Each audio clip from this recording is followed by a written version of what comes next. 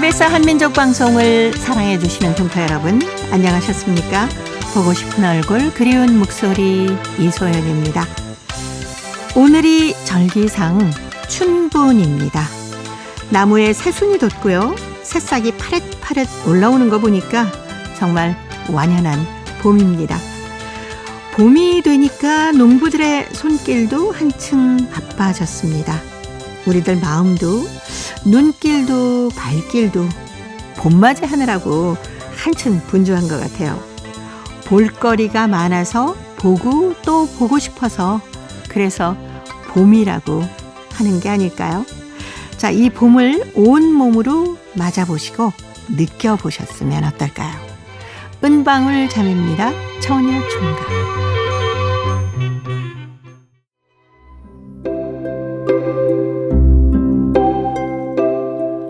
동포 여러분의 편지 사연으로 함께하는 시간 행복우체통입니다. 화요일의 행복우체통, 홍익대학교 글로벌경영학과 전춘아 교수님과 함께하는 날이죠. 어서 오십시오. 안녕하세요. 춘분이면은 아무래도 낮과 밤의 길이가 같아지는 날인데 네. 요즘에 보면 확실히 해가 길어졌어요. 맞아요. 이제는 네. 진짜 봄이 왔다는 느낌이 많이 들고 네. 아침 저녁은 아직도 약간 차가운 느낌 들지만 낮 네. 시간 되면 굉장히 나른한 햇살. 따뜻하잖아요. 예, 그리고 햇살이 겨울 햇살 그런 느낌이 아니라 네. 그냥 창가에 앉아 있으면 포근하고 그렇죠. 이제 봄이 왔다는 느낌 들고 이제 꽃도 이제 좀 네. 지나면 막 이제 핀다는 그런 느낌이 들지 그러니까요. 않나요? 예. 윤중로 쪽에 보니까 벚꽃이 예. 언제 터질까 하고 기다리고 있는 것 맞아요. 같더라고요. 네. 저는 이제 봄이 되면 제가 봄춘자잖아요. 그래서 그렇군요. 그런지 봄이 되면 뭔가 이제 살아나는 느낌이 네. 좀 들고 내 계절이다. 네, 옷도 이제는 좀 발랄한 거를 좀 더 바꿔 입을까. 네. 음악도 자기도 모르게 네. 봄놀이를 찾게 됩니다. 맞아요. 봄의 왈츠 같은 거 듣고 있으면 막 그야말로 팔랑팔랑한 치마 입고 왈츠 추고 싶어지네요. 맞아요. 그 계절마다 그 특징이 있는데 봄이 되면 뭔가 이제 만물도 살아나고 나도 네. 이제 지금부터 뭔가 좀 힘도 생기고 그 힘든 오후 되면 보통 막 졸리잖아요. 겨울 되면. 약간 식곤증이 오긴 합니다. 그게 봄이 되면 저는 좀 덜 내재요. 예, 봄이 되면 어떤 분들은 봄 되면 피곤하다 하는데 저는 네. 겨울 때는 식사하고 나면 커피 마시다 계속 약간 졸거든요. 네. 그런데 봄 되면 안 그러시구나. 나도 모르게 식사하고 나면 음악 듣고 싶은데 그 음악 들으면 네. 힘이 생겨요. 그다음 뭔가 이렇게 발걸음도 좀 가벼워지고. 네. 네, 이름이 봄의 꽃이시니까. 맞아요. 제가 봄에 태어났잖아요. 그러시군요. 네. 근데 중국 동포 여러분들은 봄이 되면은 막 꽃놀이도 가고 그러시나요? 네, 맞아요. 네. 이제 아직은 조금 이르긴 하는데 봄에 이제 한참 지나간 봄쯤에 가는데 저희 어머님도 보게 되면 봄 되면 여러 가지 행사가 많아요. 네. 뭐 나들이 행사. 네네. 어떤 때는 사실 봄 돼서 바로 꽃이 피는 게 아니지만 그래도 이제 겨울 한철은 계속 밖에서 나가기 좀 어렵잖아요. 네. 봄 되면 가벼운 봄 걷기 행사 있다든지 감점 지나면 그 여러 가지 벚꽃은 아니지만 제가 볼 때 이제 그 산에 그 피는 들꽃 네. 이제 좀 지나면 진달래꽃 이렇게 그렇죠. 네, 그런 것을 보러 다니는 행사가 네. 점점 많이 열리다 보니까 봄부터 시작해서 가을까지 올리는 사진 볼 때마다 다 꽃이에요. 그리고 네. 그 연세가 좀 있어서 그런지 옷 자체가 네. 봄이 되면 정말 화사하게 봄옷을 입고 다니거든요. 그렇죠. 기분이 막 그렇게 맞아요. 바뀌잖아요. 그리고 저희는 옷은 화사해도 모자는 화사하지 않잖아요. 근데 저희 어머니 또래 분들은 모자까지 네. 화사해요. 맞아요. 모자에 막 꽃도 달려 있고. 맞아요. 모자에 꽃이 달리고. 네. 그래서 그분들 사진 보면 봄이 왔구나. 네, 그걸 알 수가 있습니다. 예. 동포 여러분께서도 봄을 어떻게 맞고 계신지 저는요 이렇게 봄나들이 한번 했어요 하고 행복우체통에 사연 보내주시기 바랍니다. 자, 오늘 행복우체통의 첫 번째 사연이 중국 길림성 길림시 허순옥 씨가 보내오셨습니다. 미나리 농사라는 글인데요. 제가 먼저 소개해드리겠습니다. 어머, 이 집에는 창덕에서 미나리가 자라네? 놀러왔던 친구가 너무나도 신기하다며 외친다. 지난 봄 강변 산책을 가서다. 몇 폭이 야생 미나리가 보여서 반갑게 쥐어뜯으니까 약간의 뿌리가 딸려 나오는 것이었다.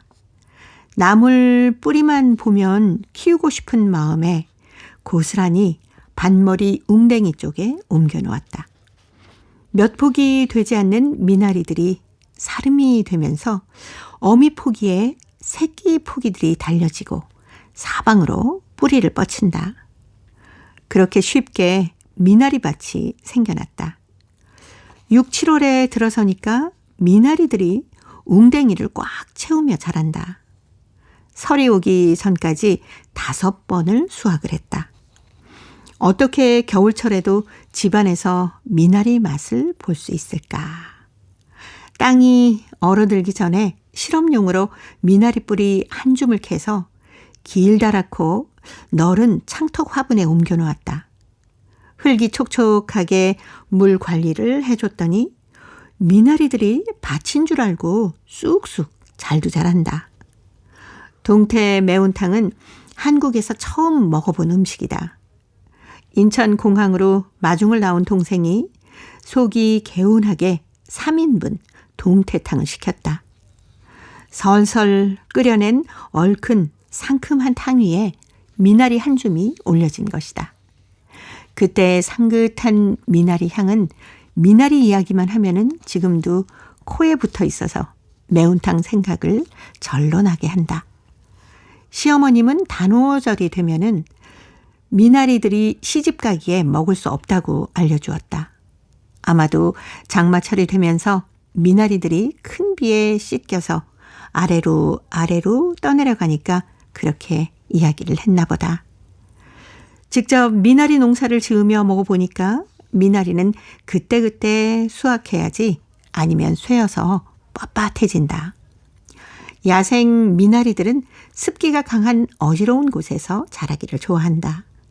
그래서 새콤달콤한 미나리 회를 즐겨 먹던 습관을 고쳐 지금은 데쳐서 만두 속을 하거나 볶음 요리도 하고 있다. 미나리를 심어 가꾸고 반찬을 만들어 먹는 재미는 미나리밭을 만든 사람이 더 잘 알겠다. 아삭한 미나리를 베어 물고 친환경의 향을 제대로 맛보는 식사는 마냥 즐겁기만 하다. 화분에 미나리 가꾸는 일은 주인을 더 부지런하게 만들어준다. 라는 글이었습니다. 저는 미나리를 또 집에서 키우시는 경우는 거의 처음 들은 것 같아요. 네, 저도 사실 네.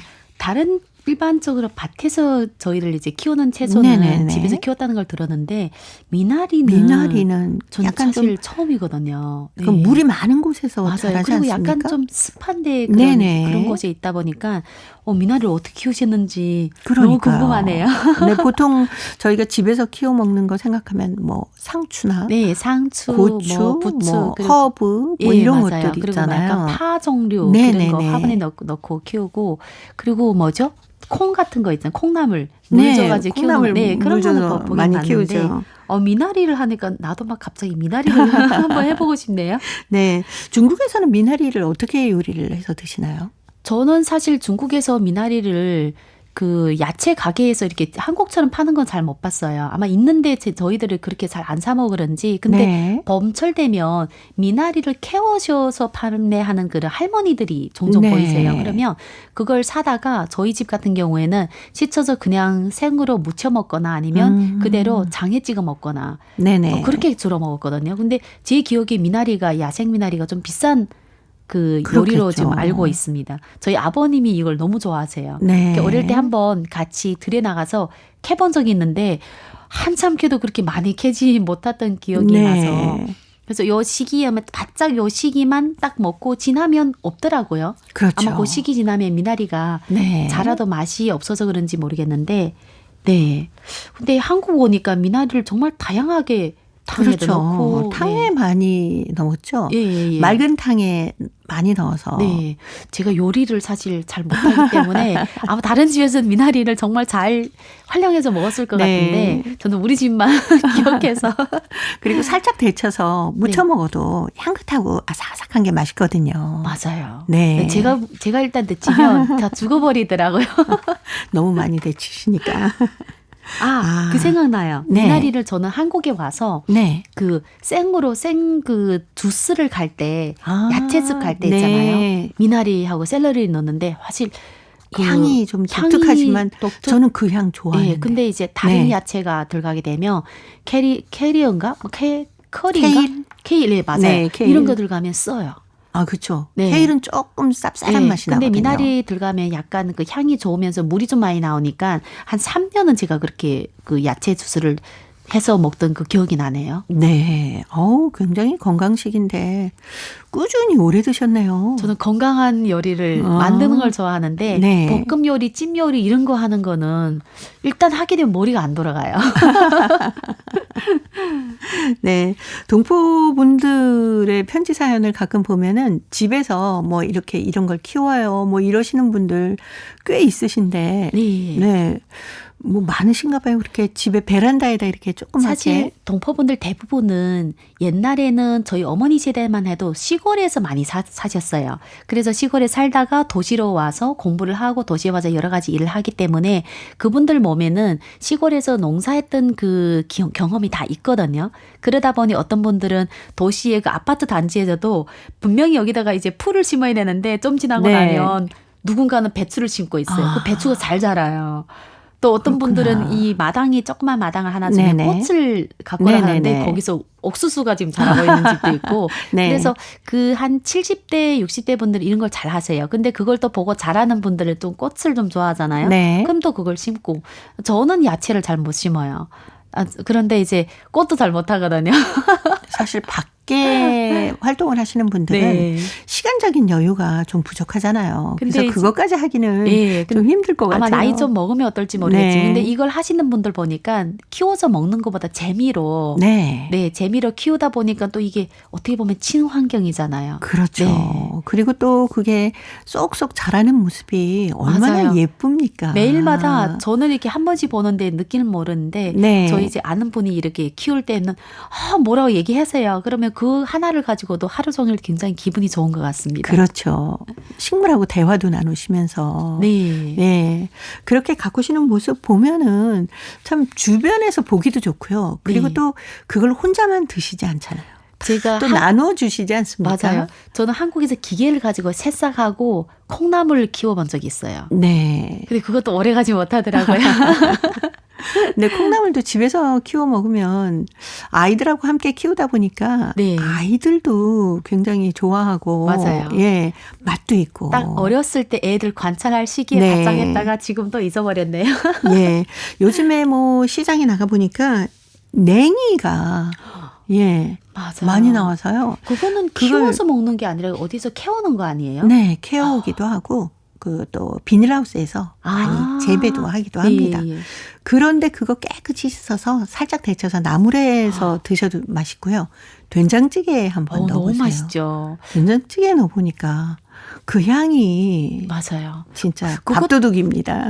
그것도 보니까 잠깐 한 시기인 것 같더라고요. 그 네, 시기 딱 네. 지나면 없어서 저도 이 시기 나올 때면 요리는 못하지만 일단 된장찌개에다 넣으려고 노력을 네. 합니다.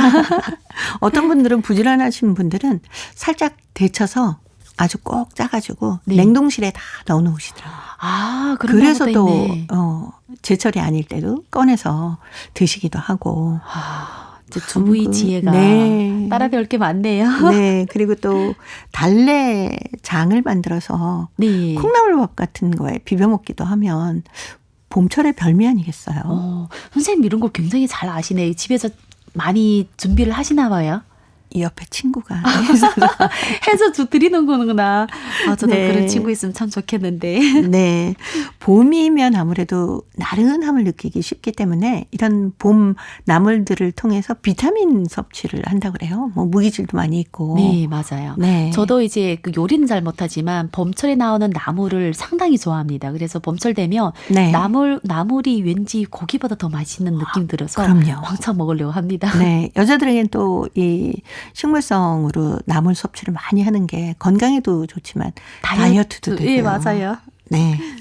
참 이렇게 살랑살랑 부는 봄바람이 우리 주부는 물론이고 젊은 친구들의 마음까지도 정말 예쁘게 만들어주는 것 같습니다. 이문세 노래입니다. 봄바람.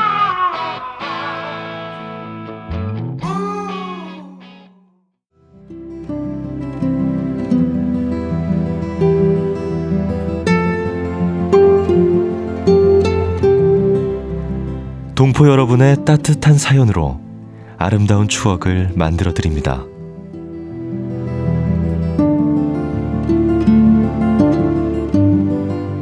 보내실 곳은 대한민국 서울특별시 영등포구 여의공원로 13 KBS 한민족방송 보고 싶은 얼굴 그리운 목소리 담당자 앞이고요.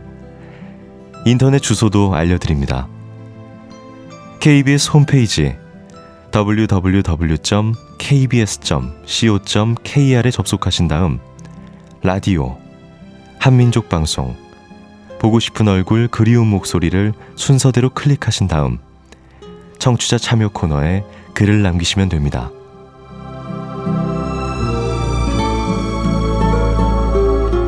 정다운 이야기와 아름다운 음악이 있는 보고 싶은 얼굴 그리운 목소리, 동포 여러분과 늘 함께하겠습니다. 화요일에 행복우체통 홍익대학교 글로벌 경영학과 전춘아 교수님과 함께하고 있습니다.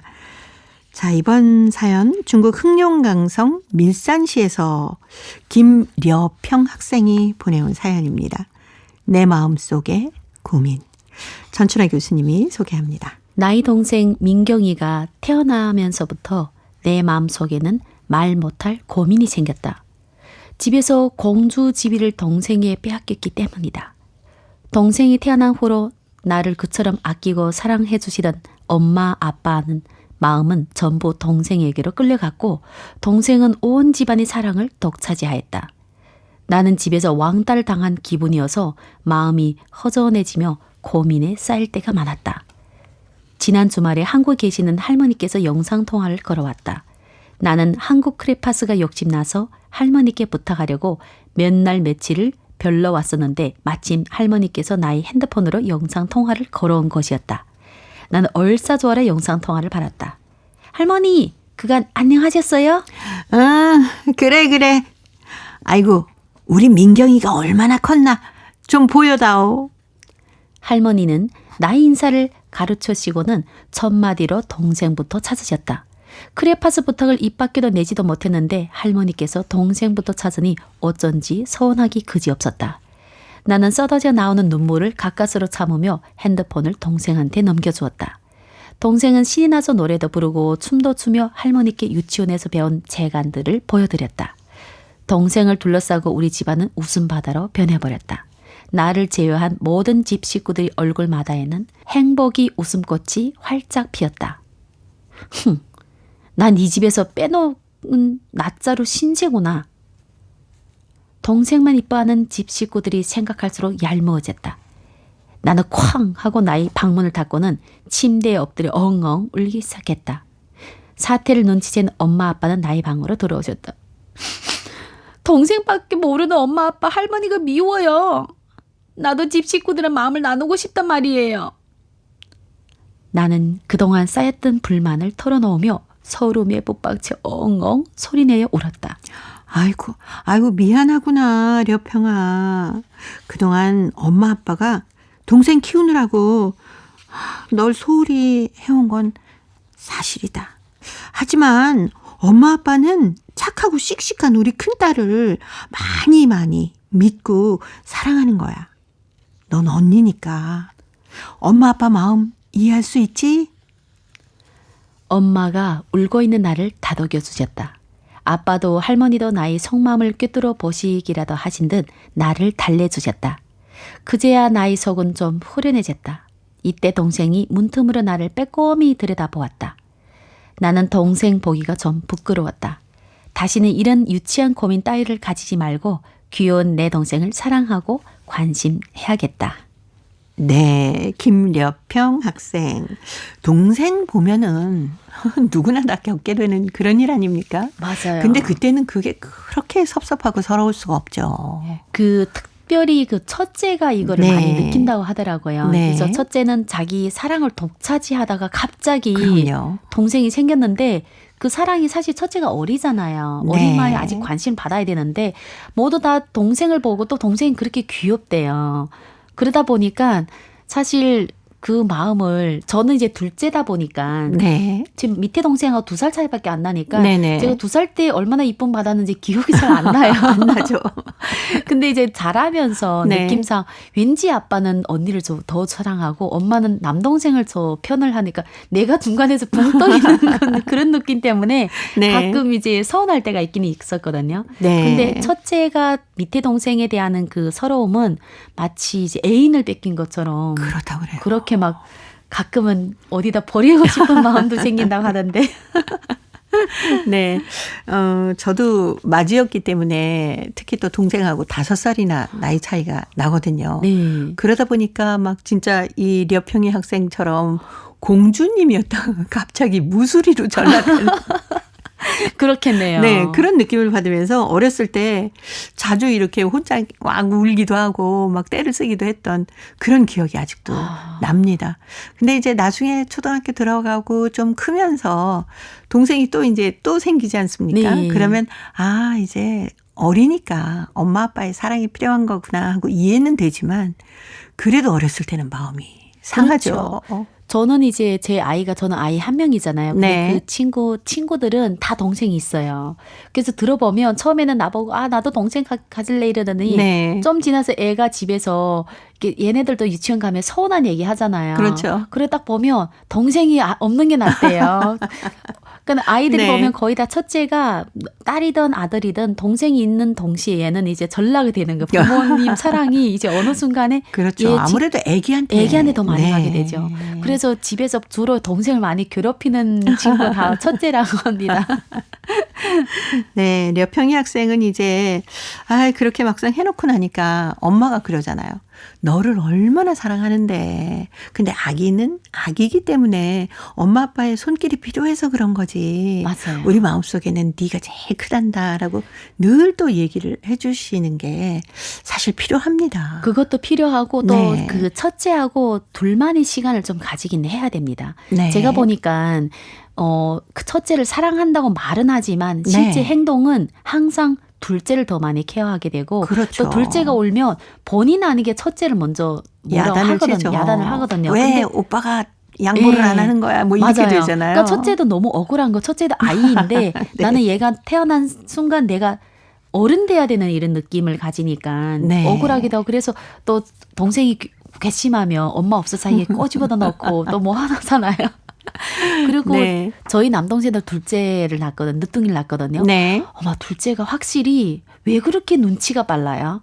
그렇겠죠. 귀여움을 받는 거를 어릴 때부터 타고난 것 같아요. 모든 어떻게 둘째는. 하면 귀여워하는지 맞아요. 금방 배우는 거죠. 네. 그러다 보니까 걔를 보면 웃음꽃이 피는 거예요. 네. 온 집안이. 그러다가 딱 옆에서 이렇게 첫째를 딱 보잖아요. 그러면 벌써 표정이 얼굴 표정이 다르죠. 표정이 굉장히 안 좋아요. 그다음에 이제 생각나서 첫째를 칭찬하려고 해도 칭찬할 거리가 둘째가 비교할 때 좀 많이 부족해요. 그래서 칭찬이 네. 강도가 약해요. 첫째도 알죠. 그렇죠. 그러니까 아무 눈치 근거 없이 뭐 그냥 안 칭찬하는 거. 생기겠습니까? 너도 이뻐, 너도 이뻤어, 뭐 이렇게 하는 것보다는 왜 그런지 엄마나 아빠가 몸으로 사랑을 표현해 주시는 게 좋을 것 맞아요. 같아요. 좀 꼭 안아주시고 다독다독도 해주시고. 맞아요. 예. 그래 보니까 거의 첫째가 다 그런 서운함이 있어서 나중에 자기 스스로 이해를 하는데 그 기간 동안은 얼마나 힘드셨겠어요. 안 그래요? 그렇죠. 어떻게 보면 굉장히 힘들었죠. 네. 그래서 동화책도 그런 거 있어요. 우리 둘째를 동생을 데리고 가주세요. 마녀한테 판매를 하는 거예요. 네. 아마 동포 여러분들께서도 이렇게 아이를 키우시는 부모님은 부모님대로 또 어렸을 때 우리 엄마도 저렇게 나한테 그랬어요 하시는 여러 가지 추억들로 얘기가 많으실 것 같습니다. 그렇죠. 네. 또 부모님이 일도 하기 때문에 일도 하고 집도 네. 하고 또 아이까지 하려면 확실히 안 되죠. 그런 거. 모든 걸 다 공평하게 나눌 수는 없지만 최대한 공평하게 나누려고 노력은 했으면 좋겠습니다. 네. 영턱스클럽의 질투 들으면서 홍익대 글로벌 경영학과 전천아 교수님과는 또 다음 주에 뵙겠습니다. 고맙습니다. 감사합니다.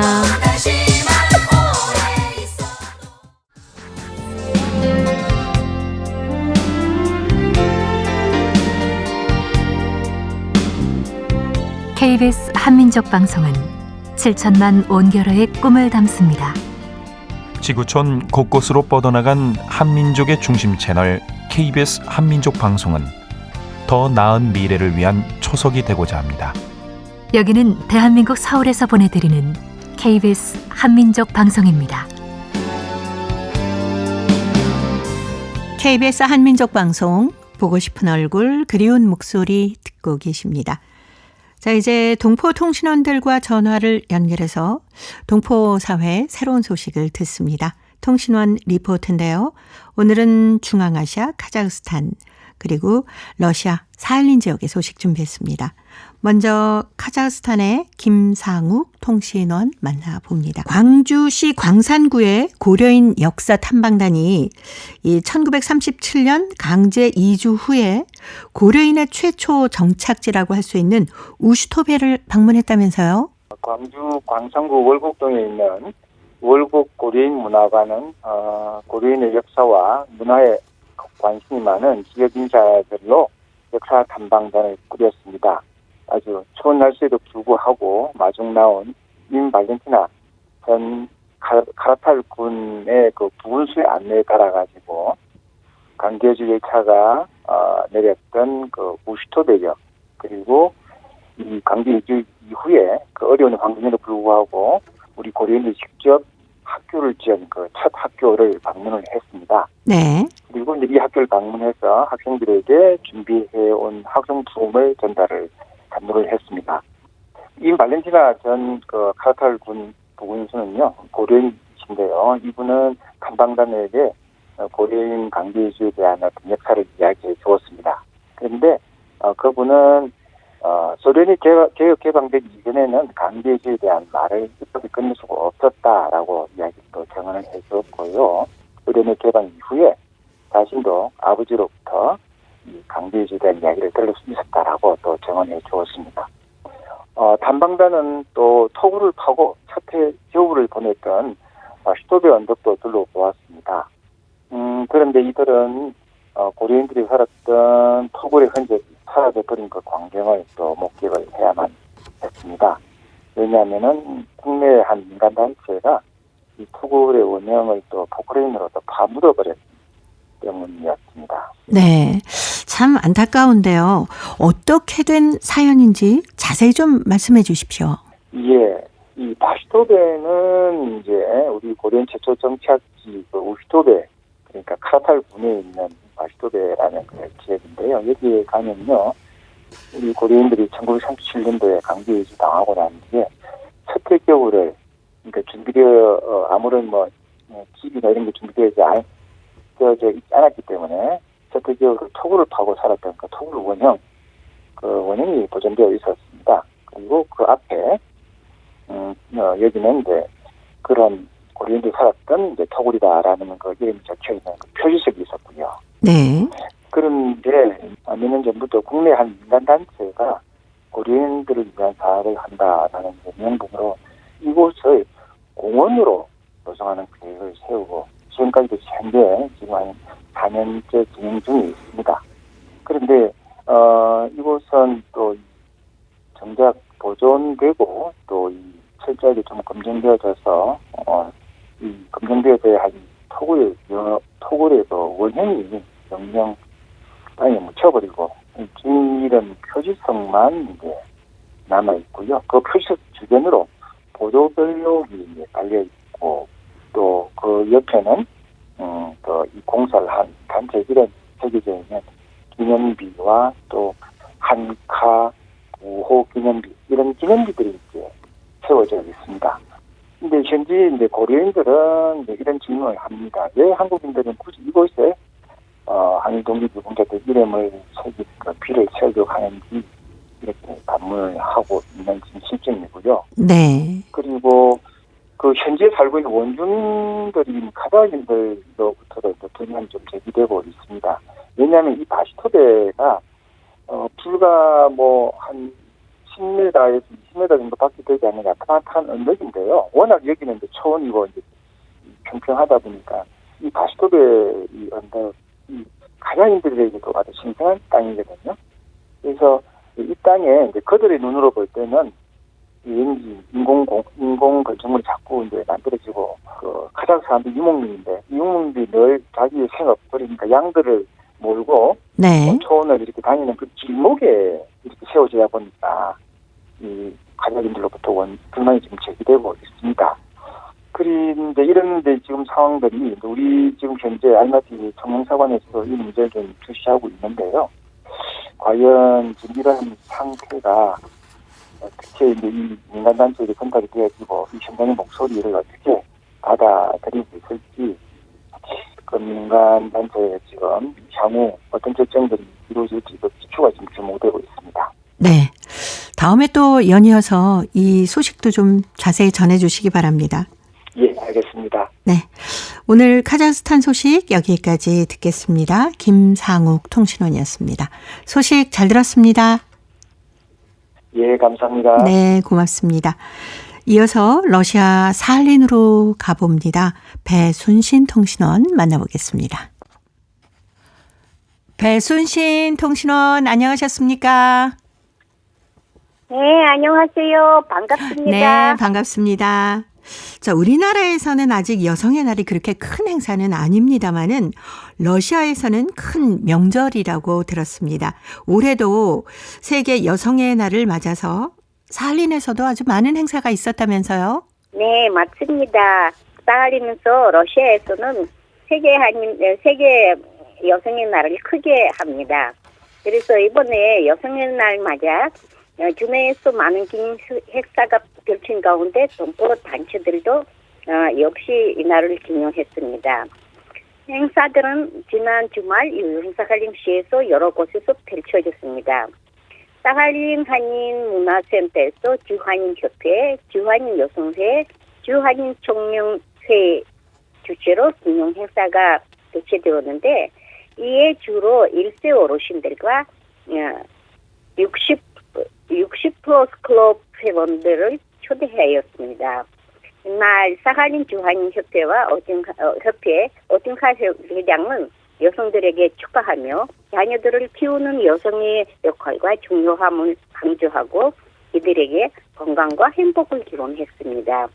이날 축하 공연으로 하늘사물놀이팀, 에트나스 아동예술학교의 모형단, 오바지물 아마추어 가수, 한인문화센터 소속 희망모형단 등이 명절 기분을 한껏 안겨주었습니다. 또나다 태권도 클럽의 선수들이 태권도 시범도 씩씩하고 멋진 모습을 보여주었습니다. 여성회 회원들도 축사를 준비하여 따뜻한 환호를 받았습니다. 여성회에서는 이번에 명절상을 차렸고 주총련회에서는 공연 프로그램을 맡았습니다. 공식 축하 프로그램이 끝난 후 한인문화센터 소속 보컬 ансам블의 무대가 펼쳐졌고 행사 참가자들은 신나는 음악에 맞춰 즐거운 춤을 추며 놀았습니다. 네, 오늘 살린 소식 여기까지 듣겠습니다. 소식 잘 들었습니다. 네, 감사합니다. 네, 고맙습니다. 세계 여성의 날을 맞아서 우리 사할린 동포들도 행사를 많이 가졌다고 하는데요. 사할린 한인문화센터에서 기념 행사를 가지면서 주로 1세 어르신들과 60+ 클럽 회원들을 초대했다고 하는군요. 이날 사할린주 한인협회 오진화 회장은 여성들에게 축하 말을 건네면서 자녀들을 키우는 여성의 역할 그리고 그것이 얼마나 중요한지를 강조하고요. 이들에게 건강과 행복을 기원했다고 합니다. 태권도 시범도 있었고요. 그리고 또 청년회의 아주 다양한 공연 프로그램에 맞춰서 행사 참가자들은 신나는 음악에 맞춰 즐거운 춤을 추면서 하루를 보내고 또 장미와 튤립을 선물 받으면서 즐거운 여성의 날을 보냈다는 사할린 소식이었습니다. 자, 이제 퀴즈를 통해서 대한민국의 역사와 문화까지 배울 수 있는 퀴즈 한마당 이어드립니다. 동포 여러분과 퀴즈로 하나 되는 시간 퀴즈 한마당. 여보, 여기도 있어. 또 찾았어? 여긴 이 꽃이 엄청 많아. 우와 진짜 예쁘다. 나? 아니 이 꽃 뭐라고? 이 꽃보다 당신이 훨씬 예쁘지. 엎드려서 절을 받지 마다. 근데 당신은 꽃 왔다고 뭐 했어? 내 눈에는 꽃이 안 보이는데 어떡해. 그럼 당신은 이건 먹지 마. 나도 이거 먹고 싶은데. 오지 말라니까 괜히 따라와갖고. 남자들은 하나도 안 왔잖아. 남자들은 오면 안 되는 거야? 그건 아니지만 오늘은 여자들 노는 날이잖아. 남자들도 놀고 싶은데. 남자는 당신 혼자 따라왔잖아. 그건 내가 당신을 너무 사랑해서지. 말을 말아야지 정말. 당신 안 창피하게 눈치껏 전심부름 내가 다 할게. 당연하지. 이 꽃 씻을까? 그래, 그 꽃도 씻고 전도 당신이 다 붙여. 그럼. 당신은 아무것도 하지 말고 거기 그대로 가만히 있어. 알았어. 힘들다. 당신 힘들어? 아니. 너무 즐거워. 나 당신을 위해서 열심히 이거 붙이고 있잖아. 남편이 부인이 이것 가는데 따라와서 꽃 뒀다고 전도 붙여주네요. 그러게요. 고생 많네요 정말. 예? 이것은 여성들 놀이라서 여성들만 가는데 남편이 따라갔네요. 이것은 교외나 산 같은 경치 좋은 곳에 가서 음식을 먹고 꽃을 보면서 노는 꽃놀이를 말합니다. 진달래꽃으로 화전을 부쳐 먹고 가물을 즐기는 여성놀이인데요. 이것을 화류 또는 회취라고도 합니다. 이것의 전통은 신라시대부터 시작됐는데요. 신라의 공인들이 봄놀이를 하면서 꽃을 꺾는 데서 비롯됐다고 합니다. 신라시대에 시작된 이것의 전통은 조선 전기에도 성행했는데요. 여성들, 특히 시집온 며느리들이 함께 모여 놀이를 위해서 장막을 세우고 진달래꽃으로 지짐을 지져 먹으며 음주가물을 즐겼다고 합니다. 본격적인 농사가 시작되기 전에 여성들이 잠깐 짬을 내어 이것을 하면서 하루를 즐겼다는데요. 움직일 수 있는 여성들은 대부분 함께하는 봄소풍이나 다름이 없었는데요. 시어머니들은 며느리들이 자유롭게 놀 수 있도록 따라가지 않았다고 합니다. 요즘에는 이걸 거의 가지 않지만 예전에는 38 여성절 못지않은 풍습이었습니다. 자, 여기서 문제 나갑니다. 빠밤. 요즘에는 봄이 되면 꽃놀이를 가지만 예전에는 이것놀이를 갔습니다. 봄이 되면 교회나 산 같은 곳에 가서 음식을 먹고 꽃을 보면서 노는 꽃놀이를 말하는데요. 진달래꽃으로 화전도 부쳐 먹고 가물을 즐기며 놀았는데요. 이 놀이는 무엇일까요? 자, 보기 드립니다. 1번 거무줄놀이, 2번 오징어 게임. 이창현 탈락. 안 돼. 3번 화전놀이. 정답을 보내주신 분 가운데 일주일에 한 분 추첨해서 소정의 상금이나 상품을 보내드립니다. 퀴즈 한마당. 지금까지 성우 이창현, 배아경이었습니다. 네, 정말 요즘에는 이 풍습이 많이 사라졌지만 제가 어렸을 때만 해도요, 봄에 진달래꽃이 필 무렵 봄꽃을 따다가 찹쌀 반죽을 해서 그 위에다가 봄꽃으로 예쁘게 장식을 해서 전을 부쳐 먹기도 했었습니다. 야외에서 이것을 부쳐 먹으면 훨씬 더 맛있더라고요. 꽃 피는 봄에 들이나 산으로 소풍을 가서 술과 음식을 나눠 먹으면서 하루를 즐겁게 지내다 보면은 그동안에 쌓였던 스트레스가 확 풀리고요. 또 아름다운 봄 풍경도 즐길 수 있어서 너무 좋죠. 동포 여러분께서는 아직도 이 풍습을 즐기고 계신지 모르겠습니다. 이것에 얽힌 추억이나 동포 여러분의 봄맞이 풍경도 행복우체통으로 보내주시기 바랍니다. 정답은 KBS 홈페이지에 접속하신 다음에 라디오, 한민족 방송, 보고 싶은 얼굴 그리운 목소리를 순서대로 누르시면은 청취자 참여란이 있습니다. 여기에 정답도 보내주시고 또 여러분의 얘기를 적어서 행복우체통으로 보내주시길 바랍니다. 콩으로 정답을 보내실 때는요, 잊지 마시고 연락처 꼭 남겨주세요. 여러분의 많은 참여 기다립니다. 고려인들의 역사를 재조명하고 그들의 삶의 애환을 살펴보는 시간, 고려인 이야기. 사단법인 고려인 마을 역사유물전시관의 김병학 관장님 전화로 만나보도록 하겠습니다. 관장님 안녕하셨습니까? 네, 안녕하십니까.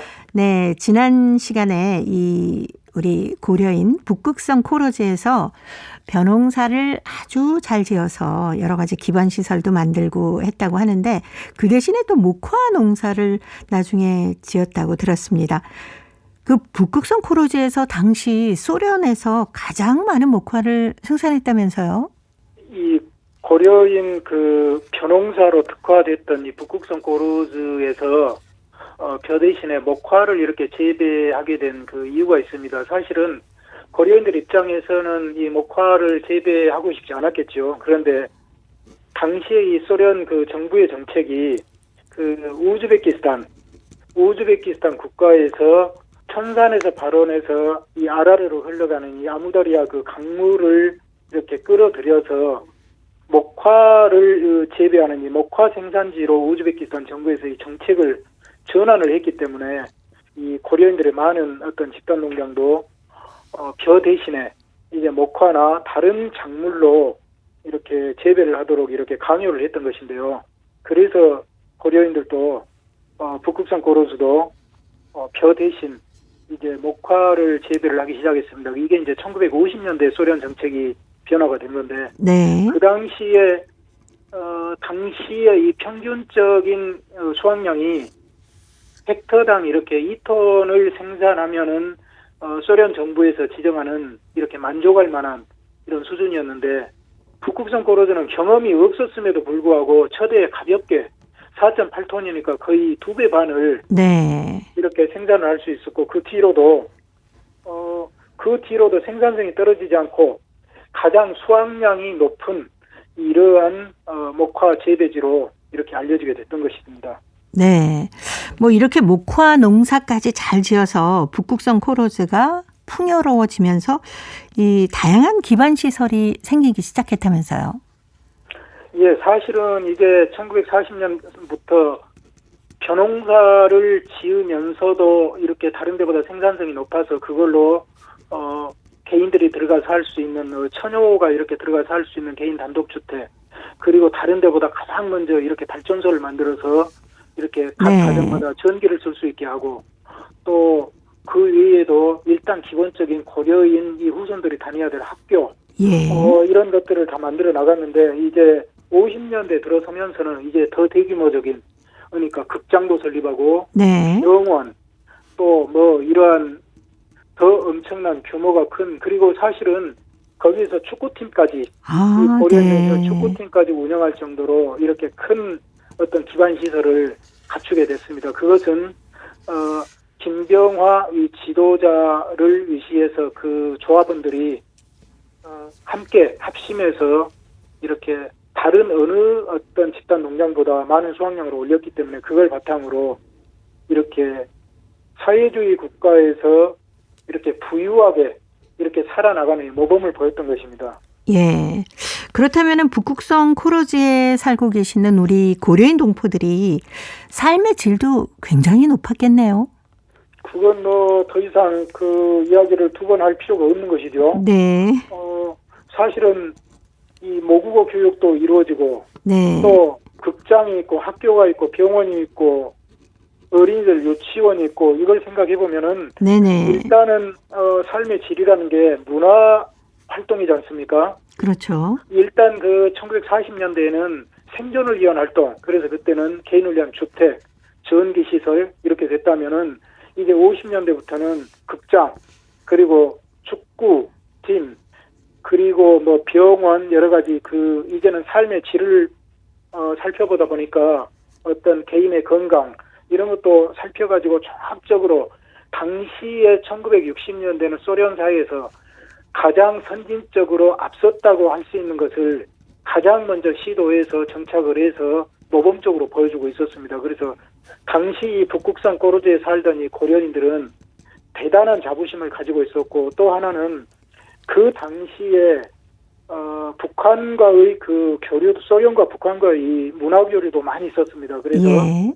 당시에 그 북한에서 예를 들어서 뭐 광복 15주년, 20주년 이런 시기에 문화예술단을 데리고 소련 지역을 이렇게 순회, 이렇게 방문해서 공연 이렇게 한 적도 있는데, 그러면은 우즈베키스탄 가면은 이걸 북극성 코로즈에서 전부 자금을 대고 조직을 해가지고 그분들이 그 회관에 고려인들을 모아놓고 공연을 할 수 있도록 이런 조직을 했고, 또 고려일보라고 네. 올해 창간 100주년이 됐는데 예. 이러한 모국어 신문도 발행이 되면은 사실은 개인들이 이렇게 크게 신경을 써서 구독을 하지를 않습니다. 사실은 크게 신경을 쓰지 않지요. 그런데 이런 집단농장에서 주민을 위해서 500부, 1000부를 이렇게 구독을 한꺼번에 해주는 겁니다. 네. 그래서 이 집단농장 구성원들이 무료로 보면서 모국어로 모국어 신문을 읽고, 또 고려극장이라고 이 모국어 전문 연극극장도 순회 공연을 다니면은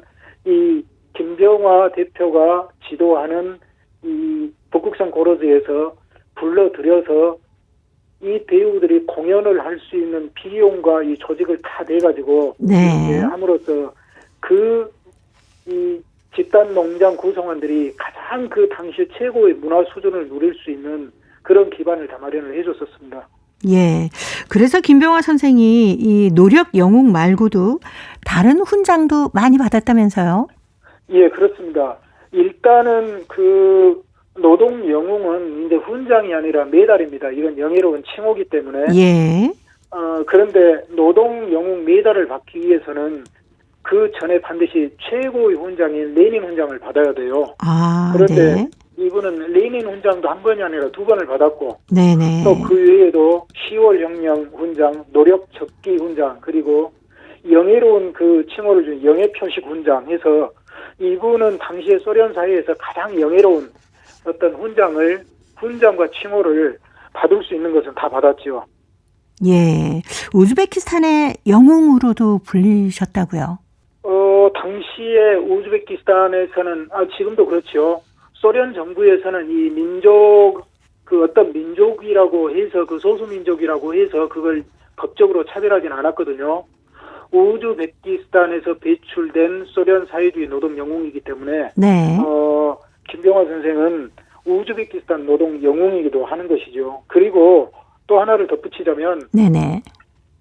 사실은 소련 정부에서 소련이라는 나라가 해체되기 전까지 노동 영웅 칭호를 받은 사람이 2605명입니다. 아, 네. 그런데 그중에 고려인이 209명이거든요. 그러면 여기에 지금 1% 정도를 차지하죠. 고려인이 전체 소련 인구의 0.2%도 안 됐습니다. 네. 그러니까 다른 민족에 비해서 5배, 6배, 7배 더 많은 비율로 칭호를 받았고, 또 이 민족 구성원으로 봐도 소련 연방을 구성하던 나라 중에 몰다비아라는 나라가 있고 키르기스라는 나라가 있습니다. 네. 그런데 키르기스탄의 키르기스 전체 수백만이 되는 민족 수보다도 고려인이 209명이 더 많은 노동영웅 받은 숫자고, 몰다비아인 전체보다 더 많이 받았습니다. 그러니까 얼마나 많은 이 고려인들이 네. 노력영웅 칭호를 받았는지 알 수가 있겠죠. 네.